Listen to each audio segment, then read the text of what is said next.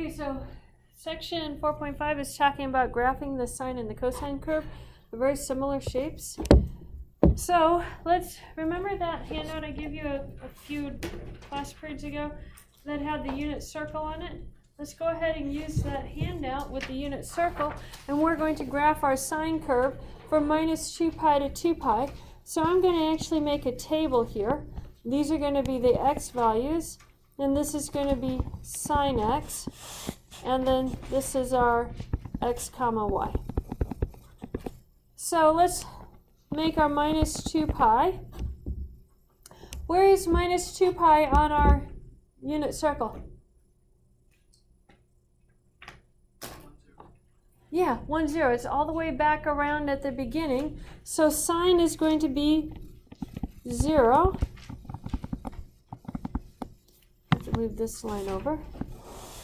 So this becomes the point minus 2 pi, 0. Then let's look at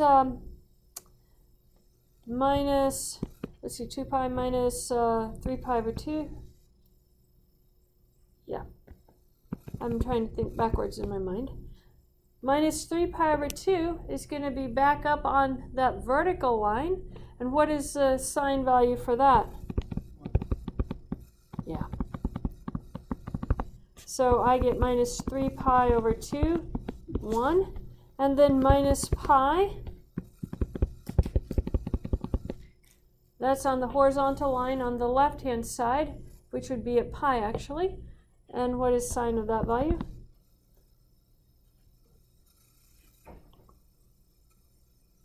Zero. So we get minus pi 0. And then minus pi over 2. Minus pi over 2 is down on the y-axis going down. What is the sine of that value? Negative 1.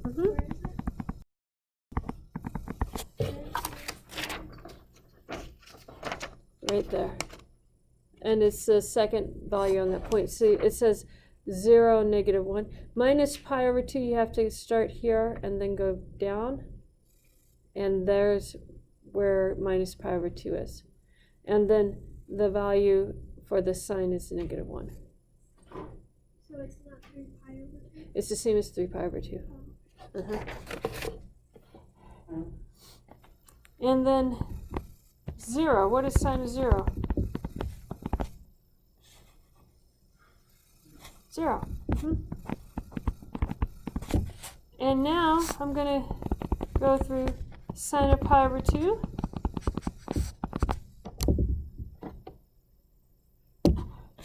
1. You can see a pattern yet. What is sine of pi? 0.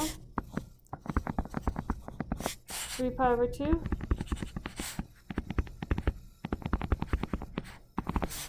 Negative 1. And then 2 pi.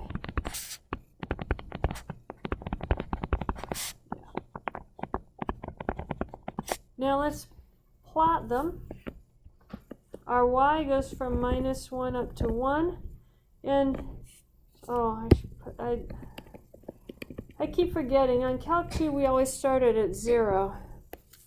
But this book starts with negative. So negative 2 pi, negative 3 pi over 2, negative pi over 2, 0, pi over 2, pi, 3 pi over 2, and 2 pi. So there's my x-axis, here's my 1, here's my negative 1. Now let's plot it. It's negative 2 pi 0, then negative 3 pi over 2, 1, back down to 0, to negative 1, 0, 1, 0, negative 1, 0. So there's very distinctly a pattern on these, and we're going to use that pattern to our advantage. Notice the sine function goes through the point 0, 0. That's its y-intercept. It has a high value of 1, low values of minus 1, and it crosses the x-axis on the integer multiples of pi. That's where it crosses the x-axis. This is an odd function. How do you know it's odd? Anything that goes through the origin and is in opposite quadrants is an odd function. So if you think about this, if you flip it this way and then flip it this way, this part up here comes down to this part right here. It's an odd function. Sine function is an odd function. And we had known that already. So there's our basic information for our sine curve. These points here are called key points. The key points are your y-intercept. Well, not so much your y-intercept, but in this case your y-intercept. If it's shifted left or right, then it doesn't become a y-intercept. Where it crosses your x-axis, minimums and maximums. We are going to look at the key points on one interval, so one up and down cycle on that, and that's what we're going to use to sketch the graph. Because if we can sketch one cycle of this, one period of this, then we can sketch everything else. You just mimic it the whole way around. So when we're sketching it, we'll look for just the points on one period of it. The domain is all real numbers. The range is -1 to 1 inclusive, and sine is an odd function. Cosine looks just like the sine curve, except it's shifted to the left or to the right, however you want to view the shift. The origin for the sine curve went through the origin. The cosine shifts that by an amount pi over 2. So the sine and cosine are related that way. It's just a shift. The key points, therefore, the cosine crosses the x-axis at multiples of pi over 2, and it has its high and low values at multiples of pi. So those are what we're going to look at. The domain is still all real numbers. The range is -1 to 1. Cosine function is an even function. You can think about this as being mirrored across your y-axis. You can fold your line on your y-axis, and the cosine function lies on top of itself. It's an even function. So we want to use the intercepts, maximums, and minimums to sketch the graph of y equals 2 sine x on the interval minus pi to 4 pi. Well, I am going to look, I know that the sine function repeats itself on 0 to 2 pi, so that's the only place I'm going to get the points, and then I'm going to extend it from there to the rest of the intervals. So that for the key points that I know that the y-intercept is going to go through 0, 0 for the y-intercept. Then I know that, well, let me just put the x values down here. I'll show you how to get the y values. For the x values here, I know x equals 0. And then I know for the sine, if you look at your sine function right here, where was it crossing our x-axis at on this sheet that I gave you? Multiples of pi or multiples of pi over 2 for it crossing the x-axis?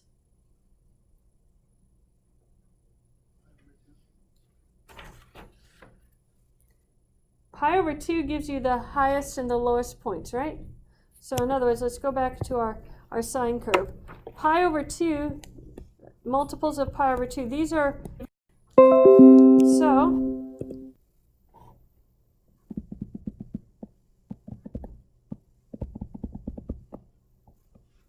if I know the behavior at those points, I can extend it every place else. Now, I'm going to have 2 sine x for y. What is 2 sine of 0? What is sine of 0? 0. Times 2? 0. So this becomes a point 0, 0. How about sine of pi over 2? What is that? 1 times 2? 2. So I get pi over 2, 2. What is sine of pi? 0 times 2? 0.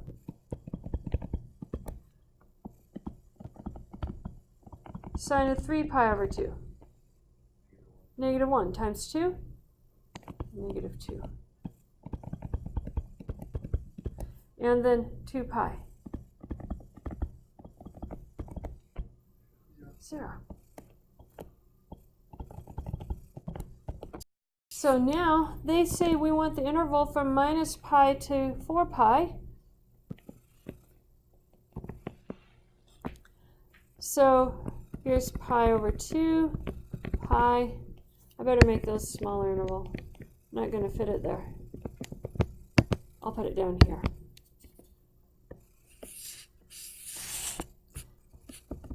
Pi over 2, pi, 3 pi over 2, 2 pi, 5 pi over 2, 3 pi, 7 pi over 2, and 4 pi. Notice if you wanted to, you could have written this as a 2 pi over 2 for pi, and this would be a 4 pi over 2, and this is our 6 pi over 2, and this would be our 8 pi over 2. You can think of it that way. And when I actually do this in calculus, I need them to think of it that way, because we end up then taking this and graphing it in polar coordinates, and so you need to know what those angles are in terms of the over 2's. You don't have to on this, but that's how I think of it. And then going backwards, I have to make it back to minus pi, so minus pi over 2. See if we can make that minus sign more visible. And then minus pi. Minus pi is closer than that. I messed up my scale. So let's graph the part we do know. 0, 0, pi over 2, 2, pi, 0, 3 pi over 2, negative 2, 2 pi, 0. So then how would I finish the pattern? I'm at 2 pi, 0. Where would I go next? I'm following the pattern. I came down. It's going to come back up. Where should it go next? Yeah, up to 2.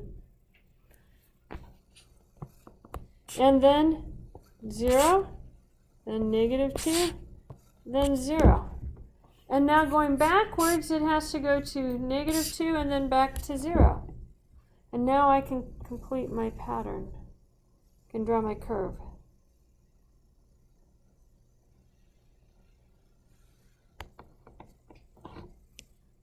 Okay, you guys see how to do those graphs?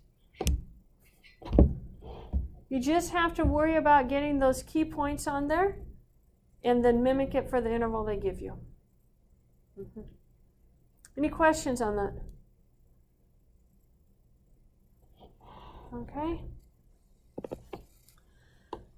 A few more definitions that we need.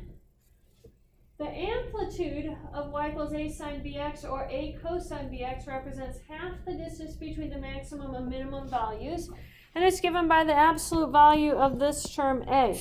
In other words, if you go back and look at our graph, this height from 2 down to 0 is our amplitude. It's half the complete distance from the maximum to the minimum. And that's given by that value a. The period is going to be the next definition.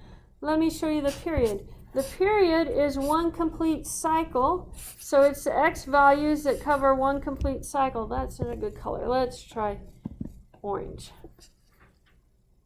Purple maybe. There we go. Yeah, that color. So it's the x values for one complete cycle. One up, one down. That is the period. So the period comes from dividing, where's my yardstick? Dividing this 2 pi by this value b. See this b right here in front of the x? B in front of the x? That's what you divide here for the 2 pi. We're going to always assume that b is greater than 0. If it isn't, then you divide by the absolute value of b. But it's 2 pi over b that gives you the period that tells you how long you need for your interval. That's going to be important to us. If b is between 0 and 1, then the period is going to be bigger than 2 pi because you're dividing by a small number. That makes your overall answer bigger. Think about dividing by 1/2. That means you multiply it by 2. So you'd have 2 pi times 2. So when you do this division right here, if that number is between 0 and 1, your period is longer than 2 pi. If it's bigger than 1, your period is smaller than 2 pi. So it's a stretch and a shrink. Translations. How many of you guys have already done precalculus algebra? About half of you. The translations that we have left and right come from what's inside our functions. So this part right here, these additions inside are translations.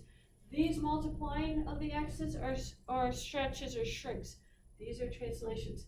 If c is positive, this is a shift left. If c is negative, it's a shift right. So these are our shifts left and right of our trig functions. That's what you need to know with this information. So I put everything together right here, and this is what made it onto your handout. It's on the back page of your handout. This last part on the back page of the handout. Amplitude is absolute value of A. The period is 2 pi over B.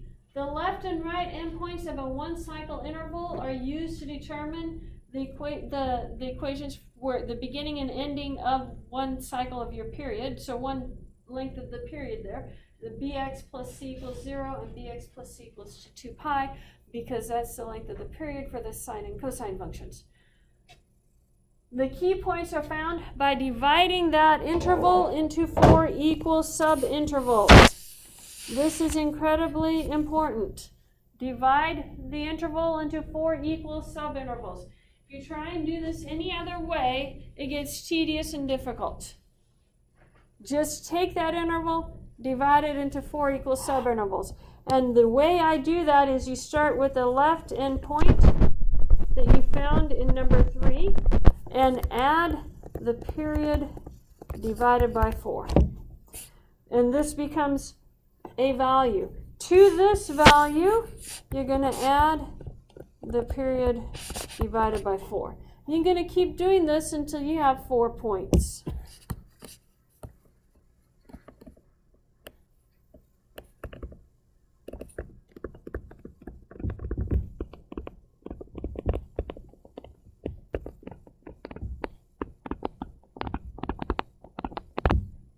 The initial 4 points, and that 4 points includes a last point. So you need a total of 5 points for it. Let me do an example.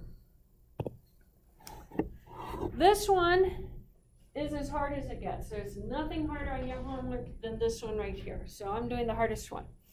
Analyze the graph of y equals 1 plus 2 sine x over 2 minus pi over 3. So let's look at this graph. What do we expect this one out here to do? If you're adding it to your function, it's outside of your function, you add it to the function, what should it do? It's a shift. Up. Yes. So this should shift it up. It should shift it up 1 unit. This right here is going to be a vertical stretch or shrink. It's outside our function.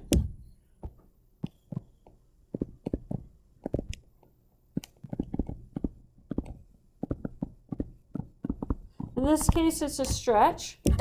Inside the function, I have this 1/2 that's multiplying the x. So that's going to be a horizontal stretch or shrink.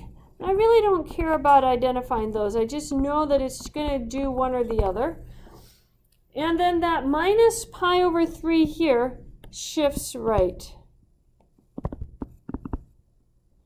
Okay, that has in mind, what's going to happen. We have this sine function. We're going to lift it up. We're going to stretch it, and then we're going to shift it right. So that's what we should keep in our mind when we're picturing this. This is going to be something up it's going to be displaced off the x-axis up a little bit. Let's find the intercepts, maximums, and minimums. These are the key values. So I'm going to find the key values. To do that, we're going to identify the amplitude, the period. We're going to follow these 4 steps on the back of the paper. So step 1, what is the amplitude for this one?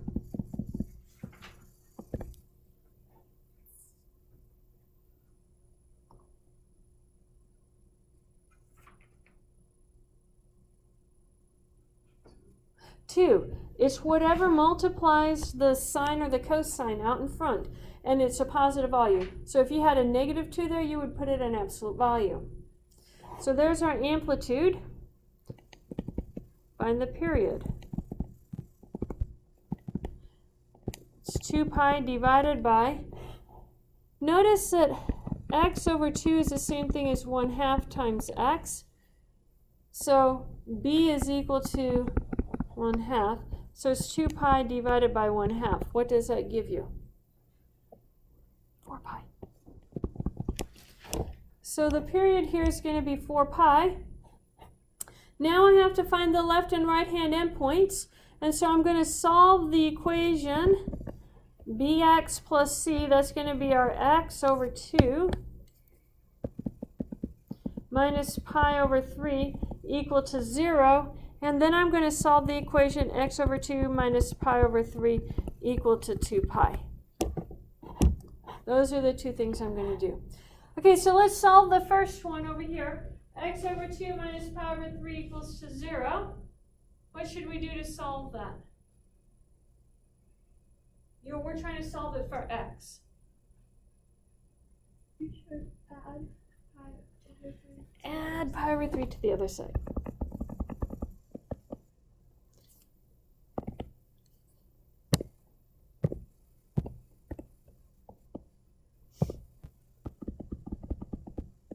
So I get x over 2 is equal to pi over 3. What is x equal to?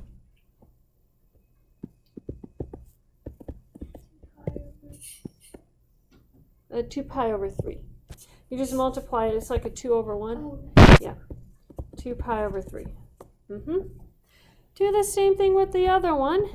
Add the pi over 3.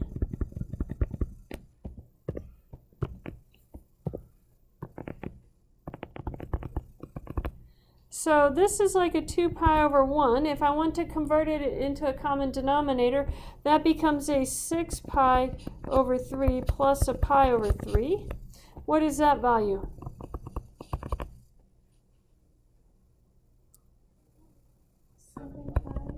7 pi over 3. So multiply both sides by 2.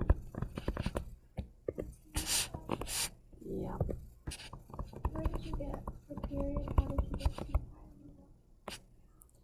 Okay, so you have to divide by what's multiplying the x. So our bx plus c in our case is equal to x over 2 minus pi over 3. So the c is the pi over 3, and the bx part is the x over 2. So I have to write x over 2 as something times x. And so then that says b is equal to 1/2. What about the 2 pi? Oh, the period for the formula, if you look on the top of the page, it's 2 pi over b. Yeah, I'm just using that formula. Okay, now we're ready for step 4. I have to divide this interval. The interval is 2 pi over 3 to 14 pi over 3. I have to divide that interval into 4 equal subintervals. So I'm going to take the period of 4 pi and divide by 4. What does that give me? Pi. And then I'm going to start with the 2 pi over 3. And I'm going to add pi to it.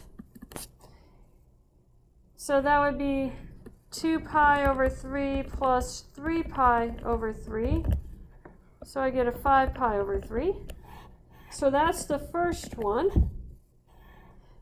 The second one is going to take the 5 pi over 3 and add pi to that.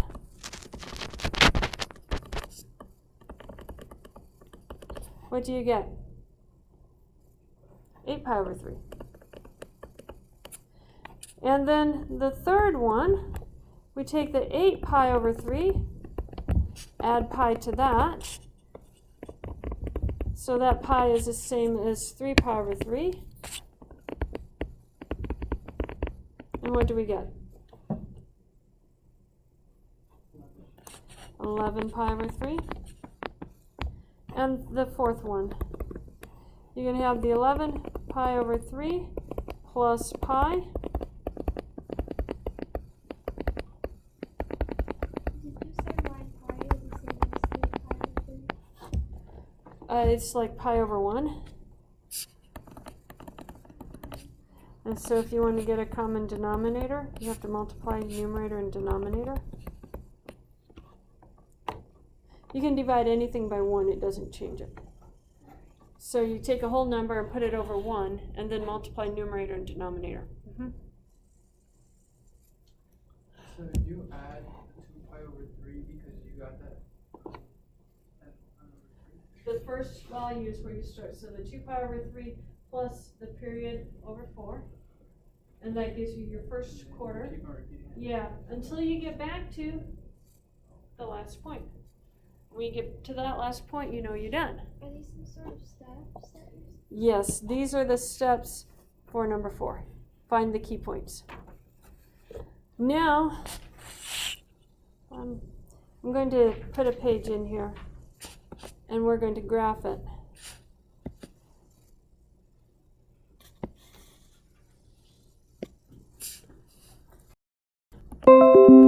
Pi over 3, 5 pi over 3, 6 pi over 3, which is 2 pi, but I have to go up to 14 pi over 3.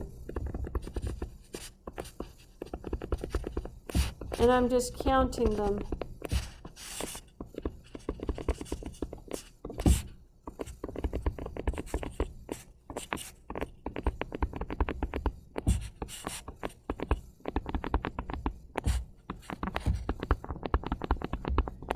Okay, so now we can start.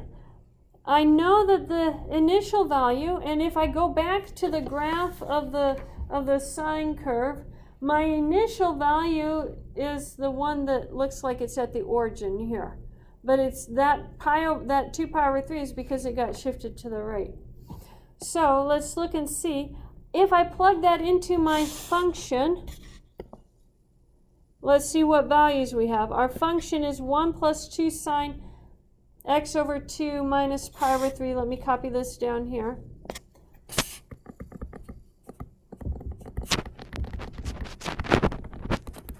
And let's plug in our first value is 2 pi over 3. So if I plug that in, I have 2 pi over 3 divided by 2 minus pi over 3. Now, help me out here.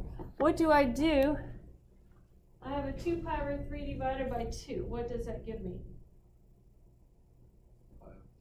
Pi over 3. How did you get that? Yeah, you write this as a 1/2. You have 2 pi over 3 times 1/2. The 2's cancel. Or you think about what is half of 2 pi over 3. Or you can take the 2 up into the denominator here and you have 2 pi over 6. And then you can cancel the 2's. So any number of ways 2 pi over 3 divided by 2 is equal to 2 pi over 3 times, and you can take that 2 up into that numerator, and you get a 2 pi over 6, which is a pi over 3. So what is pi over 3 minus pi over 3? 0. What is sine of 0?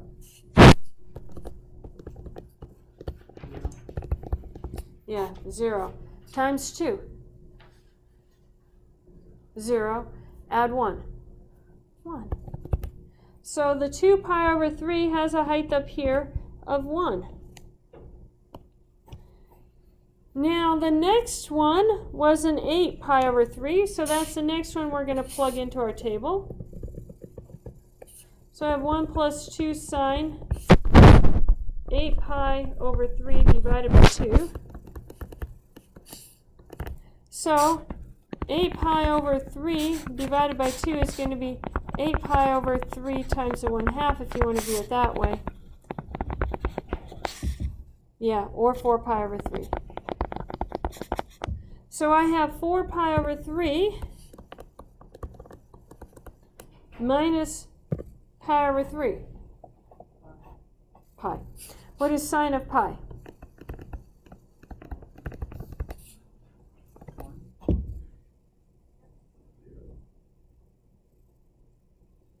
Something's not right. I should have a pi over 2.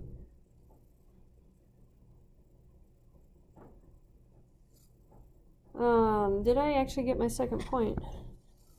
Yeah. No, I jumped. I skipped for the 5 pi over 3. We'll come back and get the 5 pi over 3 in a second. So yes. So that would be 0 and you get a 1. It shouldn't go 1 to 1. That's how I knew something was wrong. Let's do our 5 pi over 3 and then we'll graph both of these.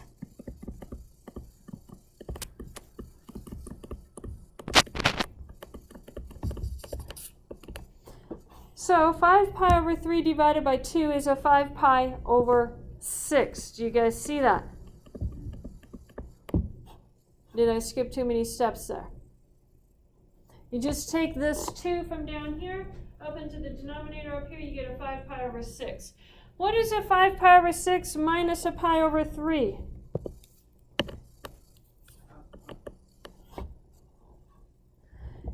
Yeah, so that would be 5 pi over 6 minus pi over 3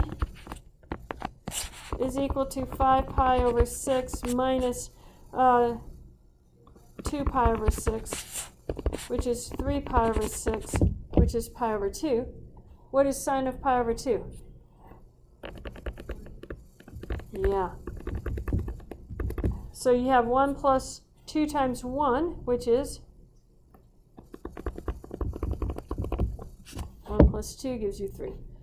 So at 5 pi over 3, it goes up to 3. At 8 pi over 3, it comes back down to 1.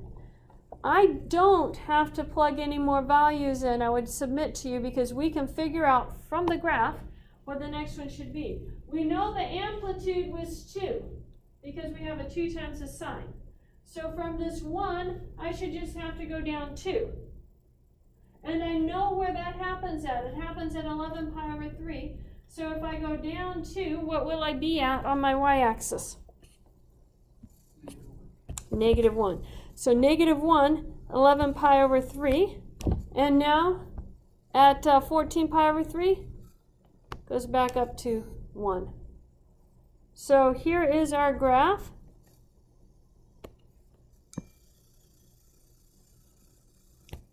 And if it had asked us to extend it, we could extend it based off of the pattern. Do you guys see that? You really only have to plug in those 3 points. The starting point, this one, to get your spread, and then come back down. To make sure you have your pattern right, you plug in those 3 points. Once you have those points plugged in, you know where the other 2 points are, because you know what the basic sine curve should look like. Any questions on that? You guys have a couple of homework problems like that, and you guys have a classwork problem.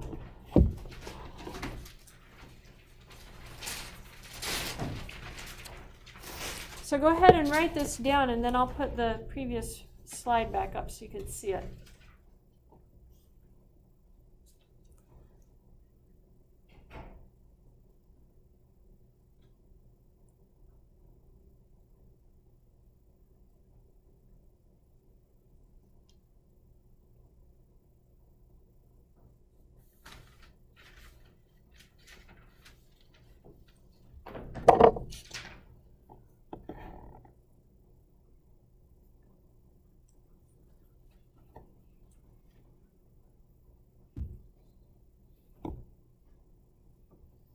Remember, when it says intercepts, maximum, and minimums, that's the key values.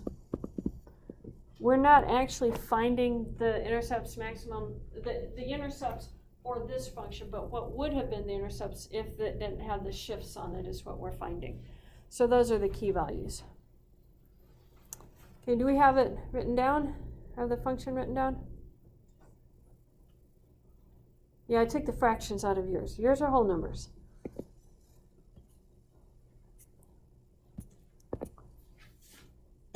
So there's a previous slide.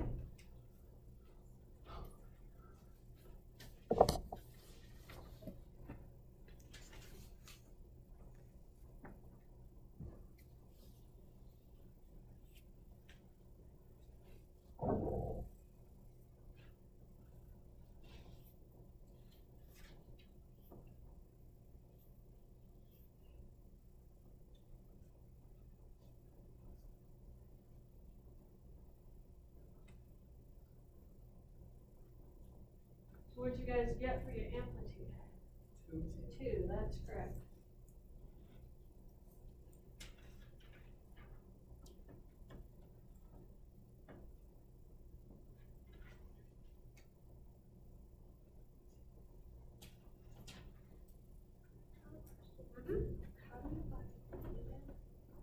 How do you find the period or the beat?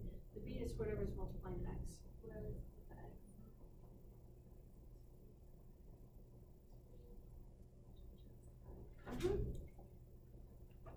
And then these are the key values. So it's just like how I did your next step.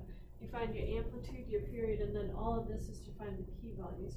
So you set what's inside your parentheses equal to 0 and equal to 2 pi to solve for x. No, those are actually the endpoints of one cycle, one period. What are the intercepts and maximums and minimums? You just, instead of calling them intercepts, maximums, and minimums, just call them key values. They are, both called key values? yeah, those are both called key values. So they're the same thing? Yeah, they're all the same thing. In other words, it's trying to get you to find those 4 points that we found down here at the bottom. These ones, along with this one, are the key values. And you get your first point is usually, it would be an intercept if you didn't have the 1 plus at the front, so that first one would be called an intercept. And then your second one that we found over here would be a maximum. Sorry, this one right here would be a maximum. Then this would be an intercept, this would be a minimum, and then this would be an intercept. That's the way, that's a pattern it follows. But with the shift on it, then those aren't actually intercepts, but we don't care exactly where it crosses the x-axis. Will the homework have videos on how to do this, or? Well, my video will be posted. Sometimes I don't understand your video. I can't guarantee that Larson made videos for all of these. Sometimes Oh, they do, so they and sometimes they do, Okay. and sometimes they don't. I don't have any control over what Larson does on the website. Oh, okay, because last year they had videos on everything, and I thought that was the teacher put the videos there. It's the Larson book that does it, yep.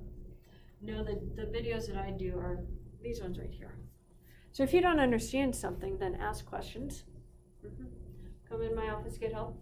I can do that, but what about now? Like, So find the key values. So the next step is exactly what we did. You take whatever is inside your parentheses and set it equal to 0. So you're on step number 3 right here on your sheet. And see what step number 3 says to do. There's no difference between intercepts and Maximums and minimums and intercepts are all key values. So then, Yeah. So let's do it this way.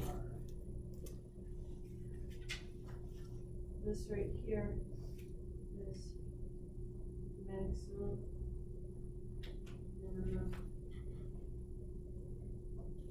and intercepts.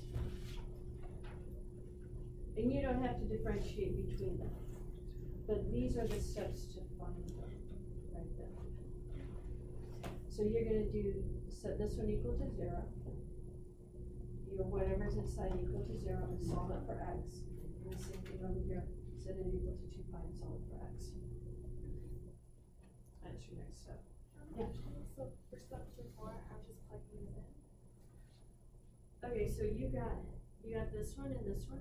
Now, remember what we did after this? Before we plug it into the function, we have to get the rest of our 4 points.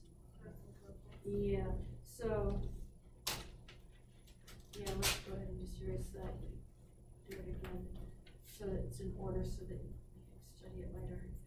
But you have to find the 4 points, so you have to start with your first point, pi over 2, and add to it the period divided by 4. You do it 4 times. So then the period is gonna be pi over 4, so you have pi over 2 plus pi over 4 to 3 pi over 4. And then you start with the 3 pi over 4, Oh, and then I just add the pi over 4. Yeah, you have to do that until you get to that guy. Oh. And then it'll show me all the parts. those are all the important parts that you need. Then you plug in this one and all of those parts into your function, and that'll give you your dots. Okay, so, thank you. Okay.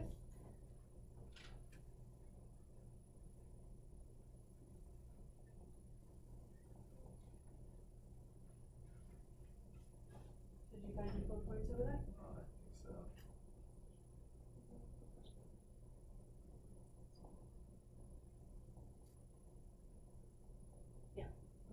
Now make your table and plug in those, start with the number 2, and then all of those into that table, and those gives you all the points that you need to build a graphic. And then the graphic. And then you graph it. And make your table using those 5 Oh, points. so these are the X values. Yeah, so 1, 2, 3, 4, plus this one gives you 5. Those are the X values to plug into your table, and then you'll get your Y values from that.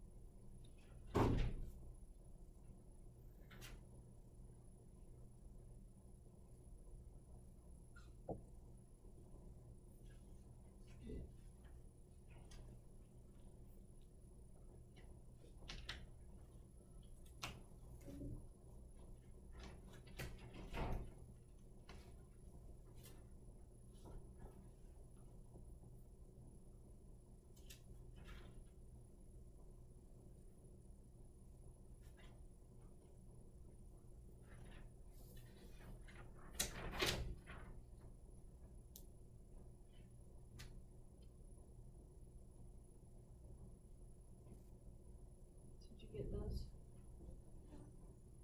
Okay, so here, 2x plus 5, so we started with. I want the wrong slide. I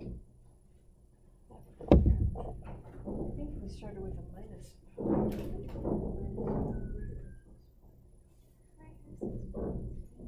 Yeah, but it's whatever is inside the function, see I have a plus right there. So it's whatever is inside, you take. You don't change this sign, yeah.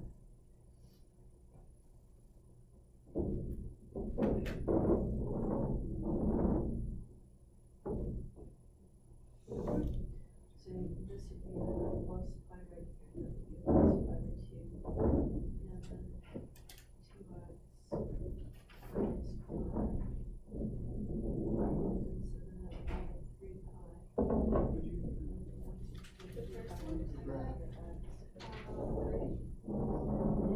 3 pi. The first one, I got 1, and then I times it back by 2, Start and I with 1 this minus point right nothing here, is multiplied by 2. and we're gonna start adding, we're gonna divide the interval into 4 parts. So that's where you start with the first, There's half pi over here. And then it's with cosine, so smaller it's x 0. from number 3. And so 0 times 2. Oh. And then Oh, I only did pi over 2 first, and I did 3 pi over 4, yeah. And do the, Yeah, she told me just to start pi over 2. Yeah, I have it divided by 4. I'm gonna do just okay, one class. so we're gonna start with this x of pi over 2. We're gonna add to it the period. Okay, you don't divide by x, divide by x, multiplying x. So it should be divided by 2. So what would that be if you did 2 pi divided by 2? I'm gonna write that down. Okay, so we're gonna add to that pi divided by 4. Oh, I see. So then that becomes 3 pi over 4, I think.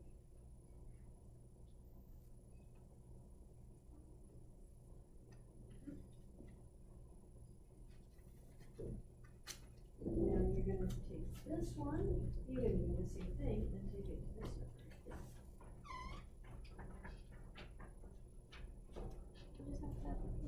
The period divided by 4. Because the period is one complete cycle and we want the up, down, and in between parts, and those are in force.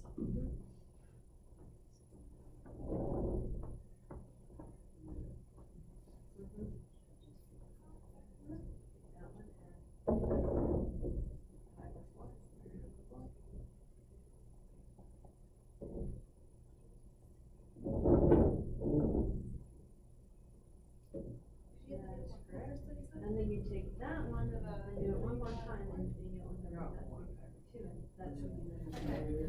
I got cosine pi over 2, which is like 0. Times that by 2, it's still 0. And then 1 minus 0.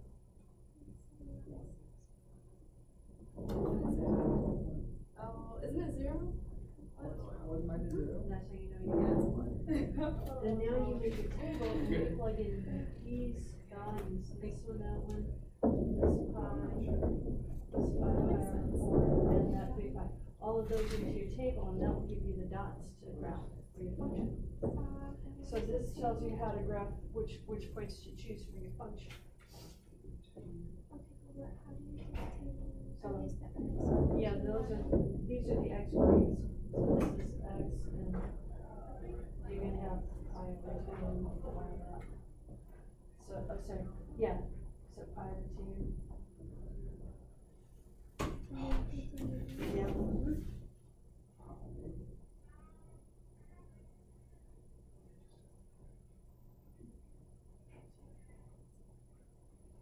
And then your y value comes from plugging it into this function.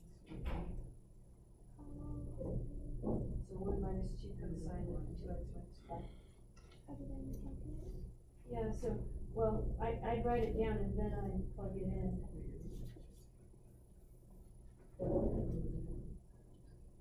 So let's go ahead and try plugging in pi over 2 for x.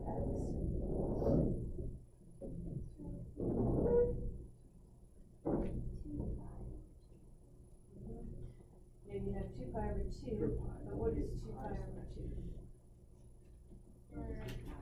Yeah, so you can have pi minus pi, 0. You have 1 minus 2 cosine of 0.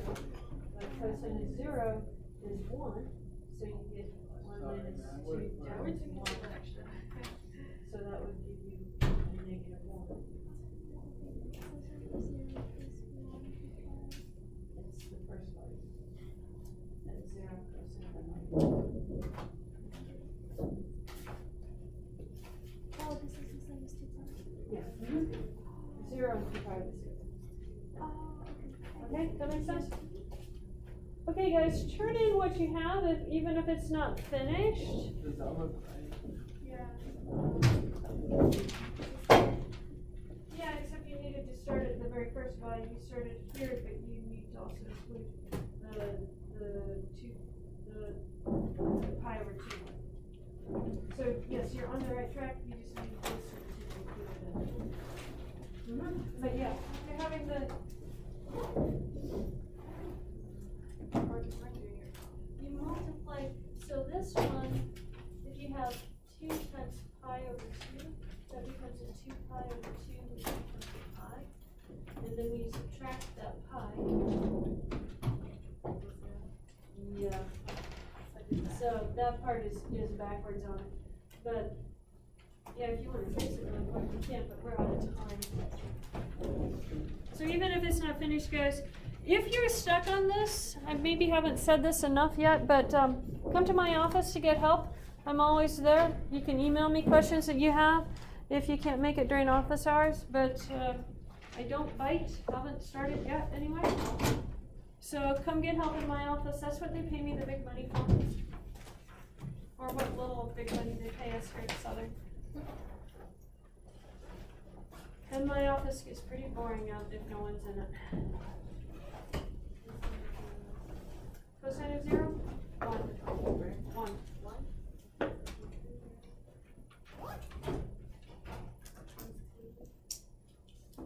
Does that look right?